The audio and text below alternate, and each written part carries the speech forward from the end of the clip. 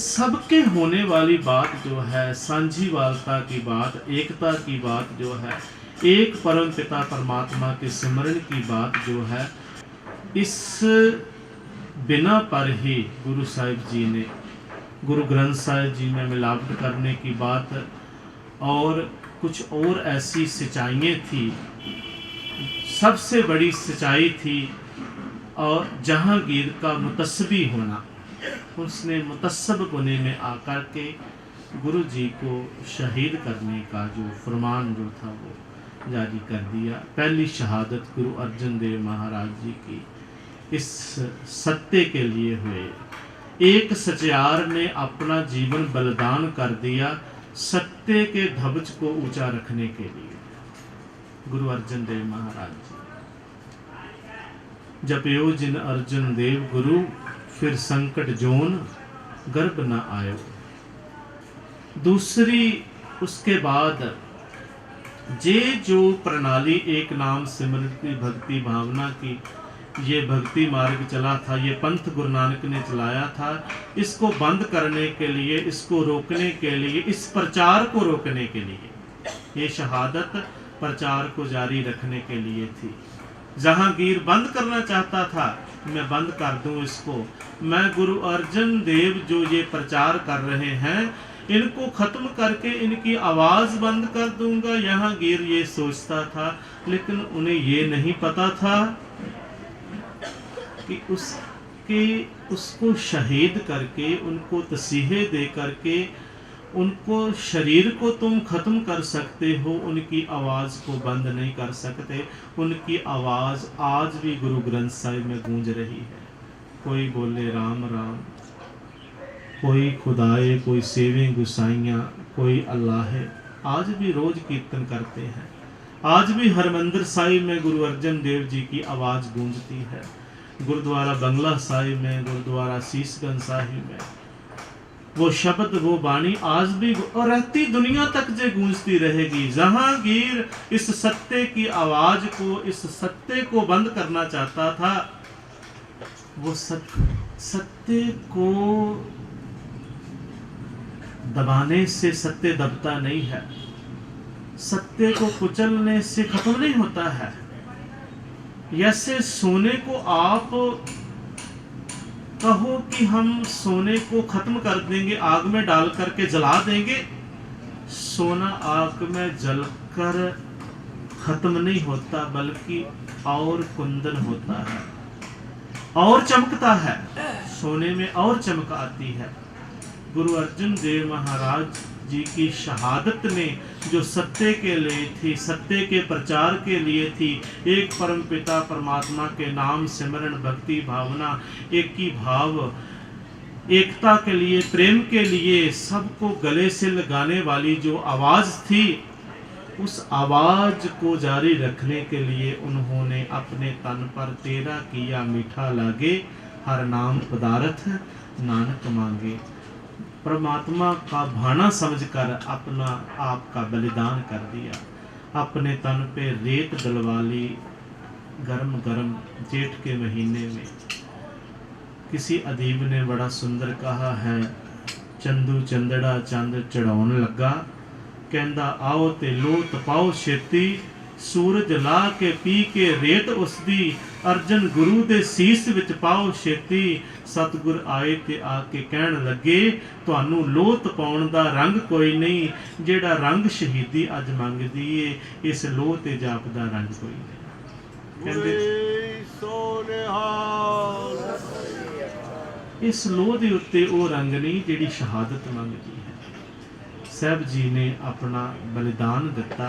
और ये मैं बेनती कर रहा सी कि ये प्रचार दी नदी जिहड़ी सी ये चलती गई, बल्कि होर गुरु हरगोबिंद साहिब महाराज गद्दी ते बैठे, उन्होंने शस्त्र धारण किए, 2 तलवारें धारण की।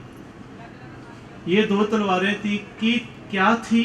एक धर्म की तलवार थी और एक राजनीति की। राजनीति और धर्म को इकट्ठा कर दिया। राजनीतिक धार्मिक लोगों पे अपनी तलवार लेकर उससे जो कुछ अपना मनवाना चाहता था मनवा लेता था। काजियों को हुक्म होता था बादशाह का, लेकिन बोलता काजी था। फतवा काजी जारी करता, पीछे कौन है? बादशाह है। नियत बादशाह की है, लेकिन धार्मिक आगू के मुंह से, ताकि मेरे पे कोई लोग जो है उंगली ना करे, मुझे दोषी ना ठहराए, वो कहे ये तो धर्म का कार्य है, धर्म ने जो कहा ऐसा, धर्म का नाम दे दिया जाता था किसी को मारने के लिए, किसी पे ऐसी बातें होती थी। गुरु साहिब जी ने दोनों को इकट्ठा कर दिया, धर्म और राजनीति ये दोनों इकट्ठी। आप कभी हरमंदिर साहिब में जाए ना, तो हरमंदिर साहिब गुरु अर्जन देव महाराज जी ने बनाया था। गुरु ग्रंथ साहिब जी का अंदर प्रकाश होता है, वहां से अंदर आप बैठेंगे तो आपको सामने अकाल तख्त नजर नहीं आता। अकाल तख्त जो है वो दुनियावी शक्ति का, अकाल की शक्ति का भी प्रतीक है, लेकिन वह सियासत का भी, अच्छी सियासत का प्रतीक है, राजनीति का प्रतीक है।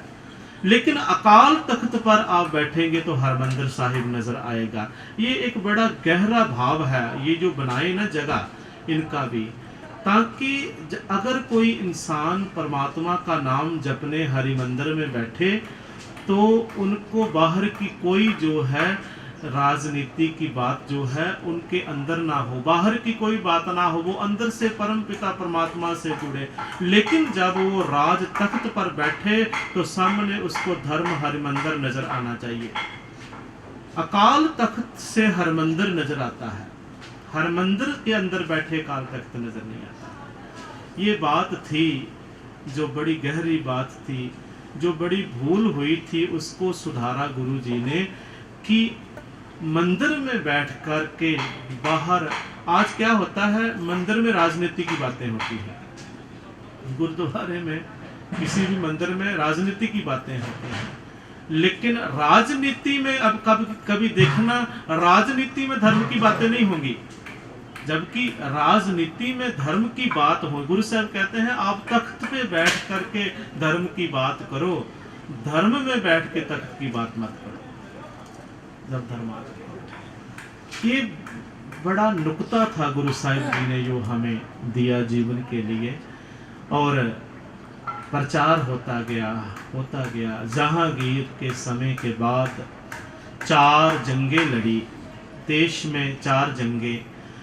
मैंने शायद इतिहास में पढ़ा है कि पानीपत की 3 लड़ाइयों बच्चों को पढ़ाई जाती है स्कूलों में, कॉलेजों में, लेकिन उनमें भारत की हार हुई थी, मुगलों की जीत हुई थी तीनों लड़ाइयों में। लेकिन उससे पहले 4 लड़ाइयाँ और भी हुई। जे गुरु हरगोबिंद साहिब महाराज जी के साथ सिख लड़ाइयाँ थी, इसको सिख युद्ध का नाम दिया जाता है। 4 जंगें हुई। शाहजहान ने के समय, जहांगीर के बाद, जहांगीर बाद में शहादत के बाद उसका मन जो था तब्दील हुआ, उसने माफ़ी भी मांगी, गुरु घर में जो मैंने किया है गलत किया है। उसके बाद उसका बेटा शाहजहान, जहांगीर का, वो लोगों को अपनी लश्कर को लेकर के लाहौर से अमृतसर पे हमला कर दिया उसने। पहली जंग, कुछ ही सिख थे, उन्होंने उन सिखों ने के साथ, जिनके पास कोई ज़्यादा बढ़िया शस्त्र नहीं थे, गुरु साहब जी की अगुवाई में पहली जंग भी जीती।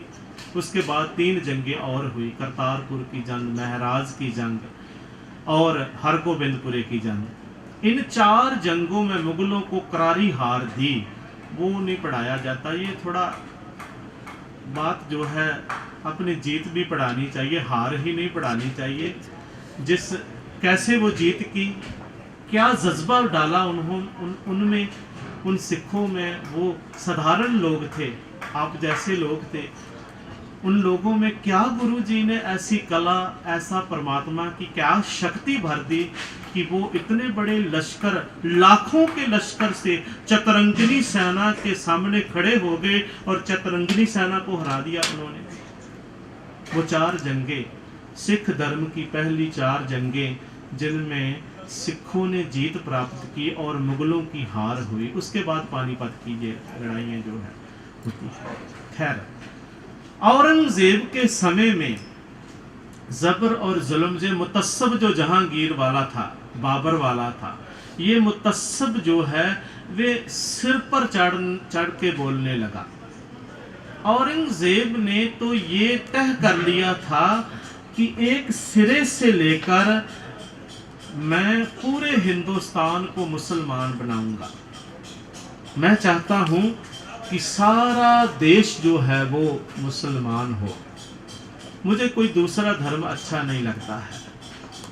ना जहांगीर को अच्छा लगता था, ना औरंगजेब को अच्छा लगता है। गुरु नानक साहिब कहते हैं मुझे सभी अच्छे लगते हैं, सभी परमात्मा के पैदा किए हुए हैं, सभी इंसान हैं, मुझे सब अच्छे लगते हैं। औरंगजेब कहता है मुझे तो सिर्फ मुसलमान ही धर्म वाला लगता है, बाकी सब काफिर लगते हैं। इसलिए मैं इन काफिरों को ख़त्म करना चाहता हूँ। या तो मैं इन काफिरों को मुसलमान बना दूँ, इन हिंदुओं को मुसलमान बना दूँ, या फिर इनको ख़त्म कर दूँ। इसलिए ये हिस्ट्री है, मेरी बात को ऐसे मत लेना, हिस्ट्री है। जब औरंगजेब ने 1665 में 65 में एक ऑर्डिनेंस जारी किया, उसमें लिखा था कि जितनी भी बड़े बड़े महकमे हैं, उन महकमों में जितने भी हिंदू अधिकारी हैं उनको सबको बर्खास्त कर दिया जाए। जो हिंदू मुसलमान बन जाए उनको बना रहने दिया जाए उसकी पोस्ट पर। जो नहीं बनना चाहते उनको बर्खास्त करके उनसे सब कुछ छीन लिया जाए। ये गवर्नमेंट की पॉलिसी थी औरंगजेब के समय की। उसके बाद एक और ऑर्डिनेंस, एक और हुक्मनामा जारी होता औरंगजेब का, जिसमें ऐसा ही कुछ जो है जारी होता है और जबरन हिंदुओं को मुसलमान बनाने का अभियान जो था वो आरंभ किया। उनका धर्मांतरण करने की बात, उनके जनेऊ उतारने शुरू कर दिए। औरंगजेब कहता है कि मैं सब हिंदुओं के जनेऊ उतार करके, 1.25 मन की बात लिखी हुई है कि 1.25 मन रोज उतारता था जनेऊ, और उतार कर फिर वो खाना खाता था। ऐसा कुछ भी सुनने को मिलता है। ऐसी उसकी पॉलिसी, बहुत जुल्म किया। फिर दूसरे जो ऑर्डिनेंस की मैं बात कर रहा हूँ, तो उसमें उसने ये जारी किया कि मथुरा, हरिद्वार, बनारस और पुष्कर जैसे जो तीर्थ मंदिरों में जो मूर्तियां हैं, जो बड़े बड़े मंदिर हैं, उन सब मंदिरों को गिराकर धराशायी जमीन एक समान कर दी जाए और उनकी जगह पर मस्जिदें बनाई जाए। ये भी उस समय के जो लोग थे, उनके अहलकार थे, उन्होंने इसको पूरा किया। नरसिंह बुदेला ने मथुरा में एक बड़ा, उस वक्त 16 लाख का मंदिर बनाया था। उस वक्त औरंगजेब के वक्त से पहले जहांगीर के समय की बात है। जहांगीर के वक्त नरसिंह बुंदेला जो राजा था, उसने मथुरा का ये मंदिर, आलीशान मंदिर बनाया था।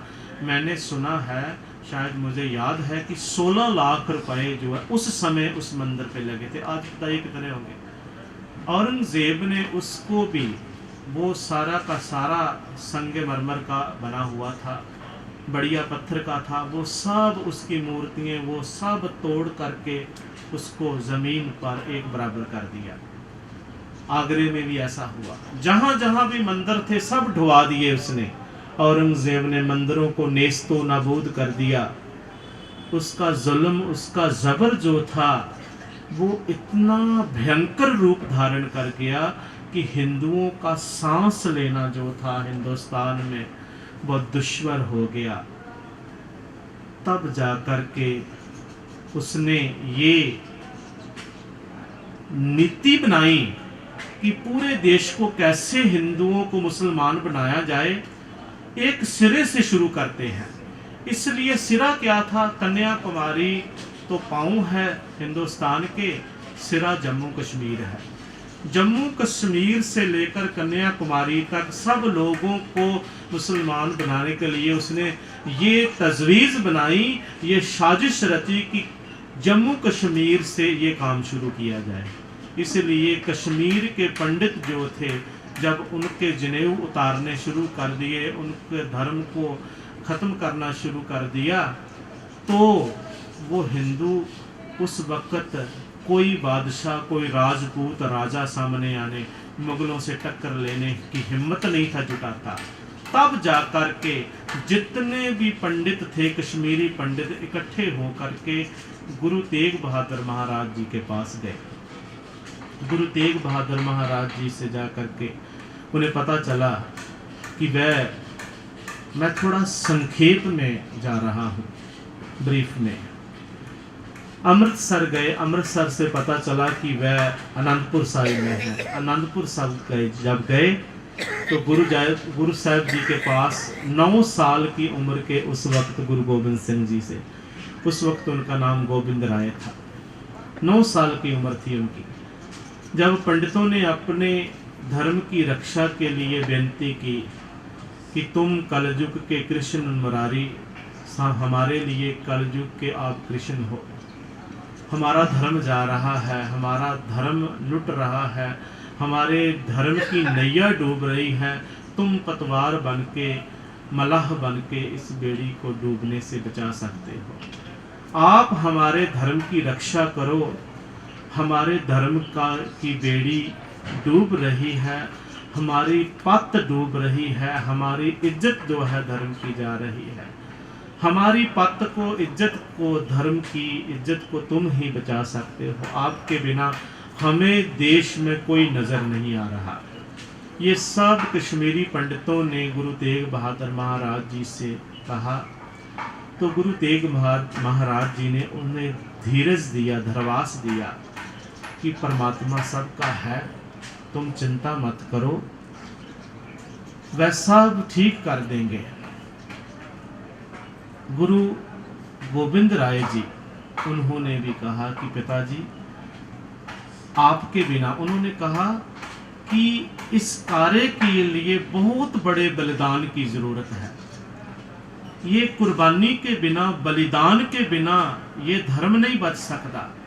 आज के समय अगर हिंदू धर्म बच सकता है तो एक बड़े बलिदान से बचेगा। पास बैठे गोविंद राय जी ने कहा कि पिताजी आपके से बड़ा और कौन हो सकता है, ये आप ही कर सकते हैं। ये एक बेटा अपने पिता को कह रहा है, आपके सिवा और कोई नहीं कर सकता। गुरु तेग बहादुर महाराज जी ने कहा कि हम आपके धर्म की रक्षा के लिए अगर हमें अपना शरीर का बलिदान भी देना पड़े, जो कुछ भी करना पड़े हम करेंगे। अपने धर्म की रक्षा के लिए ही बलिदान करते आए हैं, लेकिन किसी दूसरे के धर्म को बचाने के लिए अगर बलिदान हुआ है संसार में तो वो शीशगंज चांदनी चौक में गुरु तेग बहादुर महाराज का बलिदान है। वो धर्म के बुनियादी हकों की रक्षा के लिए, धर्म क्या है ये नहीं है कि खाली उस वक़्त हिंदू मुल्ज़म, हिंदू जो थे उनका धर्म खतरे में था तो उनके लिए गुरु जी ने अपनी जान की बाजी लगा दी, अपना बलिदान दे दिया। अगर उस वक़्त ईसाई धर्म खतरे में होता तो उसके लिए भी वो अपना बलिदान देते।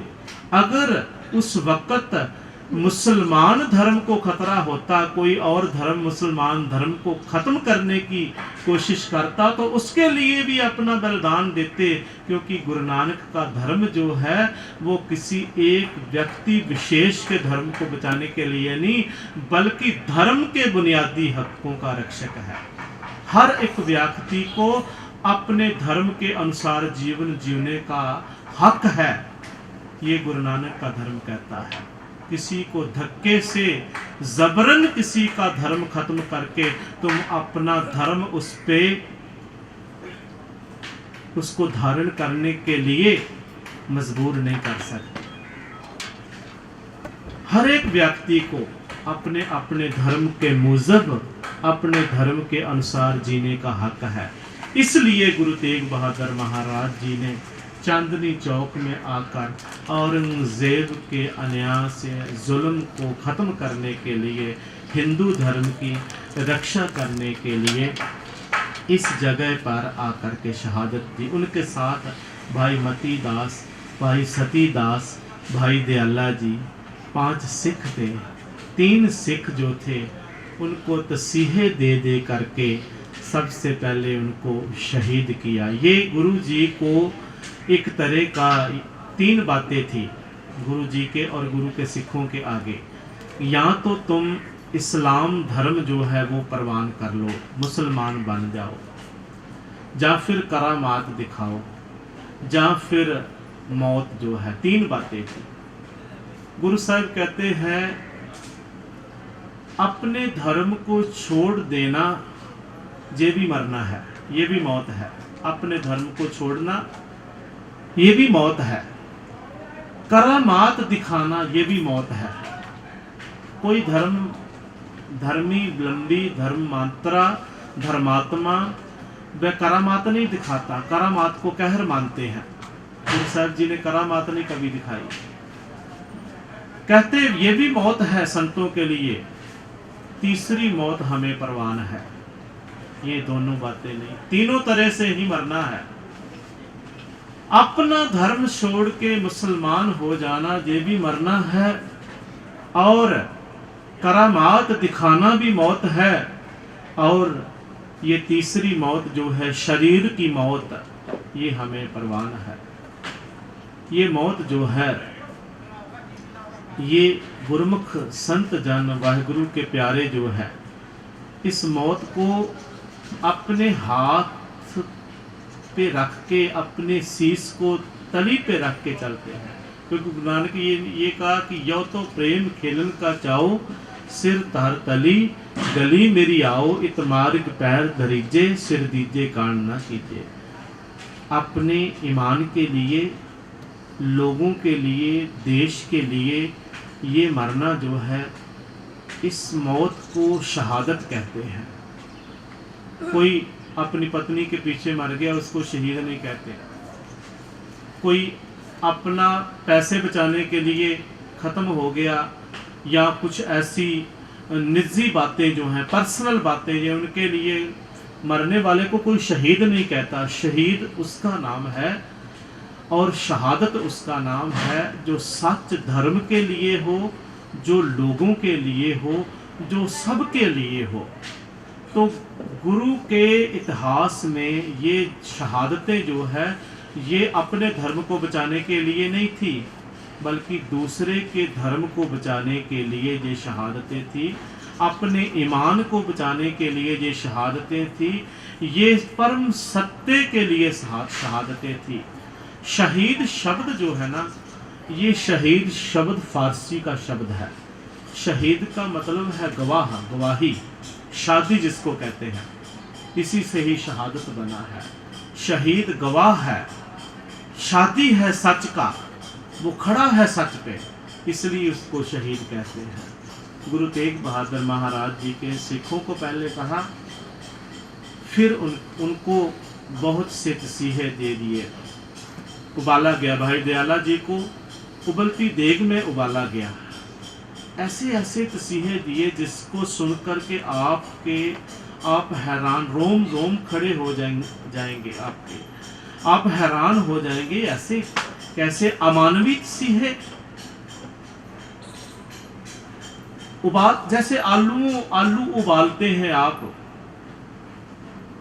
बर्तन में, इस तरह उबाल दिया गया गर्म पानी में भाई दयाला जी को। ये चांदनी चौक में दिल्ली में, आप दिल्ली में रहते हो। हिंदू धर्म की रक्षा के लिए, धर्म के बुनियादी हकों की रक्षा के लिए गुरु जी की शहादत हुई है। ये बहुत बड़ा स्थान है।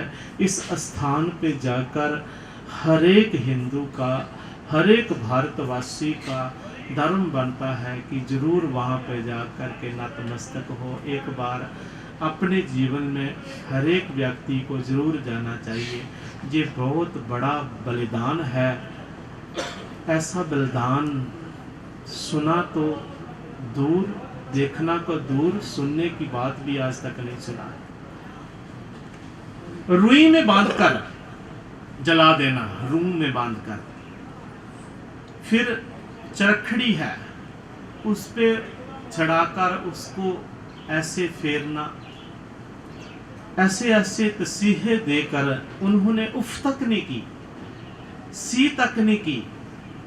ये नहीं कहा कि हमें ये तसीहे मत दो। उनका ऑफर था, आपको तसीहे नहीं मिलेंगे, बल्कि आपको बड़ा अच्छा जीवन जीने का बड़ा अच्छा प्रबंध किया जाएगा। धन दौलत जो कुछ भी है, राजों महाराजों की तरह आपकी जो है संभाल होंगी, आपको दिया जाएगा। आप छोड़ दें, आप मुसलमान बन जाए। कहते नहीं, मुसलमान नहीं होंगे, अपना धर्म नहीं छोड़ेंगे। अपने धर्म के लिए हमें अपना पुर्जा कटवाना पड़ जाए तो हम उसके लिए तैयार हैं। उफ तक नहीं की, सी तक नहीं की। जिह मरने सब जगत तरासिया, सो मरना गुर शब्द प्रकाशिया। अब कैसे मरो मरण मन मानिया, मर जाते जिन्हीं राम न जानिया। गुरु अमरदास महाराज कहते हैं, मरते तो वो हैं जिन राम नहीं जानिया, जिन्होंने रमे हुए परमात्मा को नहीं जाना। ये जां तो आनी जानी है, इस जां की कोई बात नहीं। जिस धज से कोई मकतल में गया, वो शान सलामत रहती है। जिंदगी तो जानी है, परमात्मा ने एक बार दी है। एक बार जो शरीर मिला है, जीवन मिला है, एक दिन तो सबको ही मरना है। वो ये समझते हैं कि ये मरना तो तय है। अब ऐसे मरा जाए जो मौत रहती दुनिया तक एक यादगार बन जाए। जो भगत हैं, परमात्मा के प्यारे हैं, जो संत महापुरुष हैं, जो देश कौम के लिए मरने मिटने वाले हैं, वो ये सोचते हैं कि इस तरह से मरा जाए। अब कैसे मरूं, मरण मन मान्या। लोग मरने से डरते हैं, हाय मैं ना मरूं, मुझे मौत ना आए।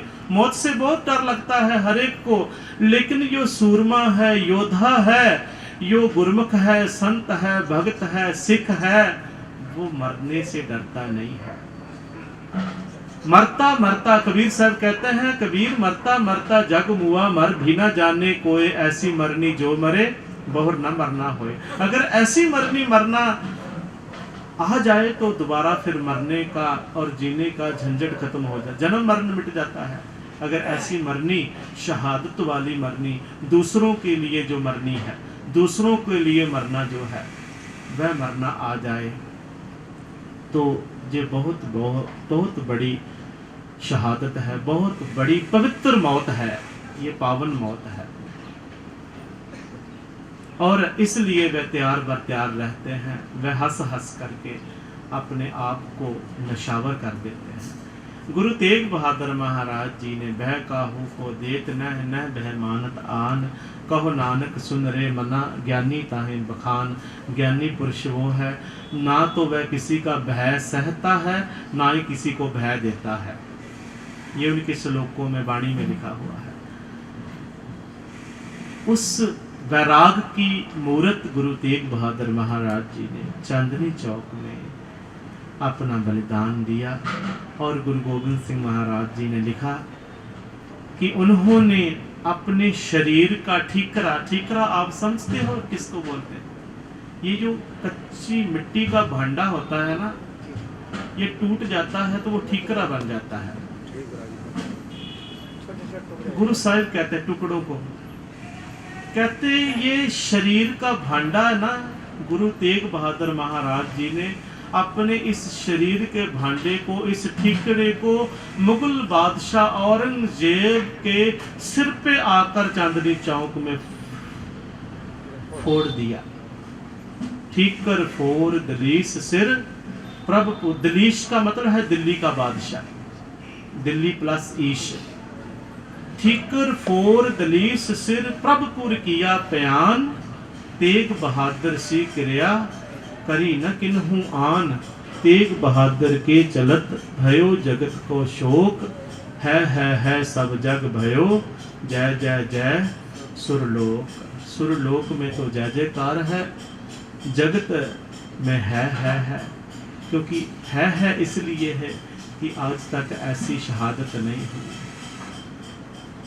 मैथिली शरण गुप्त ने भी लिखा, रविंद्रनाथ टैगोर ने भी लिखा, कहते ये तो सुना था कि कोई कत्ल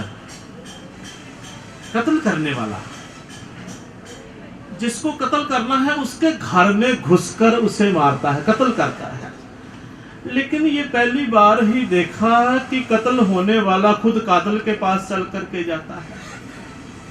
किसी अदीब ने कहा, जिस दिन से सुना है कि मरने में जिंदगी है, सर पे कफन बांधे कातिल को ढूंढते हैं। जिस दिन से सुना है कि मरने में ही जिंदगी है, गुरु तेग बहादुर जी पंजाब से आते हैं दिल्ली में शहीद होने के लिए। यहाँ पे शहीद होने के लिए अपना तन, अपना शरीर, अपना बलिदान देने के लिए आते हैं। मैं कई बार बात करता हूँ, दिल्ली को दिल्ली के नाम से नहीं, गुरु तेग बहादुर के नाम से पुकारना चाहिए। इतनी बड़ी शहादत हुई है इस देश के धर्म को बचाने के लिए। इस देशवासियों को चाहिए, इस देश की संसद को चाहिए कि वह उनका अगर सही मायनों में अभिनंदन करना चाहते हैं तो वह दिल्ली का नाम जो है गुरु तेग बहादुर नगर जो है वो रख दें। तो जो वैसे तो हम उनका परोपकार नहीं चुका सकते जिंदगी भर, हमारी पीढ़ियां दर पीढ़ियां नहीं उपकार। आज हिंदू धर्म नहीं होता हिंदुस्तान में अगर गुरु तेग बहादुर महाराज बलिदान नहीं देते। छाए जाती एकता अनेकता बिलाए जाती, होबती कुचीलता कतेबन कुरान की। पाप पर पक जाते धर्म दसक जाते, रीत मिट जाती कथा वेदन पुराण की। श्री गुरु गोबिंद सिंह परम पवित्र रूप मूर्त न होती जो पे करुणा निधान की। ये मैं नहीं कह रहा, संतोख सिंह जी ने लिखा है। बुल्ले शाह जी सूफी फकीर मुसलमान है, सूफी है, लेकिन ये बात वो कहता है, ना कहूँ अब की ना कहूँ तब की, होते ना गुरु गोबिंद सिंह तो सुन्नत होती सबकी। अगर गुरु गोबिंद सिंह ना होते तो देश में सबकी सुन्नत होती। औरंगजेब जिस तरह से जुल्म कर रहा था, जबर कर रहा था, हिंदू धर्म को ख़त्म कर रहा था, इस देश से ये धर्म खत्म हो जाता। ना आज कोई पुराण की कथा करता, ना वेद की कथा करता, ना आज मंदिरों में टल्लियाँ खड़कती, ना पूजा होती, ना संध्या होती, कुछ भी ना होता, बस एक ही अजान ही होती। हम ये नहीं कहते कि अजान मत दो, तुम खुदा मत कहो, तुम अल्लाह मत कहो। गुरु जी कहते हैं अल्लाह भी कहो, खुदा भी कहो, पर राम कहने वालों को भी राम कहने दो, अल्लाह कहने वालों को अल्लाह कहने दो। यो जिस तरह से कहता है उसे कहने दो। ये गुरु नानक का धर्म है। मैं आप समय बहुत ज़्यादा ले गया हूँ, क्षमा चाहता हूँ आप सबका, राजेंद्र सिंह जी का बहुत बहुत, बाबा जी का धन्यवाद है। फतेह अर्ज करता हूँ।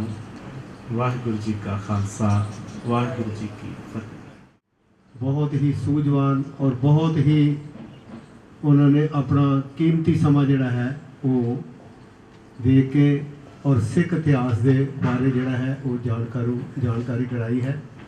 क्योंकि सिख धर्म जिहड़ा है उसका इतिहास इतना लंबा है कि अगर कई महीने लगे रहे तो जो है वो सुनाया नहीं जा सकता। क्योंकि अगर से गुरु गोबिंद सिंह साहब जी जिन्होंने कि 40 साल की अवस्था दे विच उन्होंने इन्ना काम कर दिता कि लोग 400 साल दे विच नहीं कर सकते। अपनी जीवन काल दे विच उन्होंने मुगल कौम के नाल, मुगल सरकार के नाल 14 लड़ाइयाँ लड़िया और सारे दे विच जित प्राप्त की। ਉਹਦਾ खालसा जो उन्हें अपना खालसा तैयार किया सी वो कि नहीं, उन्होंने कहा जी चिड़ियों से मैं बाज तड़ाऊं 1.25 लाख सेक। एक एक उन्होंने ऐसी स्प्रिट भरी सी खालसे दे विच कि वो अपनी जान मारन वास्ते 1 मिनट में तैयार हो जाती सी। वही वजह सी कि वो सैकड़ियां दे नाल कि नहीं लड़न मारन वास्ते तैयार हो जाते सी। ऐसा सिख इतिहास इन्नियां शहादतां जिहड़ियां होईयां ने, गुरु साहब ने अपना परिवार, अपने 4 साहिबजादे जिहड़े कि 2 नीहां दे विच चुनवा दिते, 2 जंग दे विच शहीद हो गए। माता जी जिहड़े सी वो भी शहादत प्राप्त करके सारा परिवार अपने पिता जी ने खुद उन्होंने अपनी 9 साल की उम्र सी तो उन्होंने कहा सी कि तुहाडे तो वड्डा कोई है ही नहीं है जिहड़ा कि शहादत दे सके इस डुबदी नैया नूं, इस हिंदू धर्म नूं बचा सके। सारा सर्वदानी इस करके उन्होंने कहते हैं कि सर्वसदानी है सर, जिहड़ा कि सारा परिवार जिन्होंने अपना वर दिता और गुरु ग्रंथ साहब जी के नाल उन्होंने सानू जोड़िया, जिहड़ा कि सांझी वालता का जिहड़ा है वो उपदेश दिंदा है। जिस तरह के ज्ञानी जी ने तुहानू दस्सिया है कि साडा धर्म वही है कि नाम जपो, किरत करो तो वंड छको। अज तुसी देख रहे हो कि बंगला साहब कि साढ़े सारे संसार दे विच जिन्ने भी गुरुद्वारे ने उन्हां दे विच इक्को पंगत दे विच लंगर छकाया जाता है और कोई भेदभाव नहीं है और 24 घंटे लंगर चलता रहता है। ये उस अकाल पुरख की कृपा है। और शहादत जिहड़ी सिखां नूं जिहड़ी देण वास्ते सिखाई है वो गुरु अर्जन देव जी ने, गुरु तेग बहादुर साहब जी ने। तो उस तो बाद तो शहादतां दी जिहड़ी है एडी वड्डी दास्तां है। बाबा दीप सिंह जी ने शहादत दी बड़ी वड्डी। भाई मनी सिंह जी ने बंद कटवा के उन्होंने कहा तेनों हुक्म होया सी कि इन्हां दे बंद कट दो, तो वो जो कट्टण लगे तो कहता बंद मतलब एक उंगली का एक फुटे के 3 हिस्से की ना करो। कहता अपना राजे का हुक्म मनो तुसी।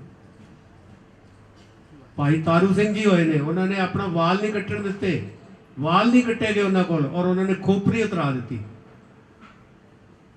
ऐसे ऐसे शहीद होए ने कि उन्होंने गाथा सुनांदे तो पता नहीं किन्ने वरे लग जान।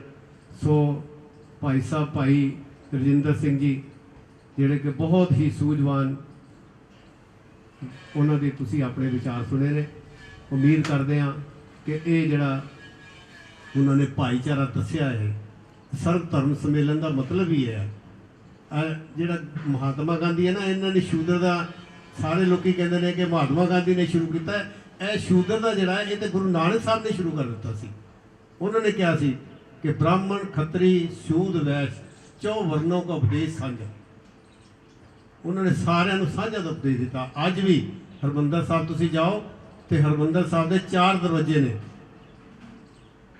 कोई भी धर्म का कोई भी किसी किस्म का बंदा कोई भी आए उत्थे हर एक के लिए प्रवान है। सो इन्हां लफ्ज़ां दे नाल मैं बहुत बहुत बाबा जी वालों अपने वालों बहुत बहुत धन्यवाद करता हाँ। वाहिगुरू जी का खालसा वाहिगुरू जी की फतेह।